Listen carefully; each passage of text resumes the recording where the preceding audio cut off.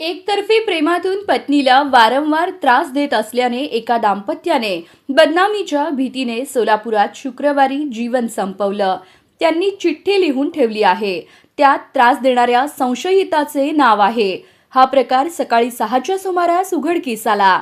सोमनाथ धानप्पा पाटील वय 40 आणि श्रीदेवी सोमनाथ पाटील वय 35 दोघे राहणार शिरपनहळ्ळी तालुका दक्षिण सोलापूर, सध्या राहणार कलावतीनगर MIDC सोलापूर असे दाम्पत्याचे नाव आहे.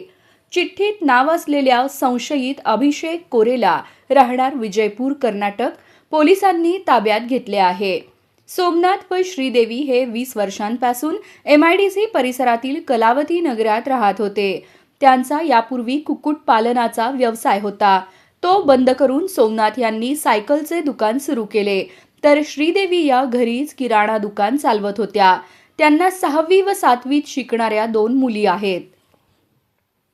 अभिषेक कोरे हा श्रीदेवी यांना वारंवार त्रास देत होता. विजयपूर येथून फोन करून तुझी बदनामी करतो म्हणून धमकी देत होता. त्याला कंटाळून या दोघांनी गुरुवारी रात्री विष प्राशन केलं.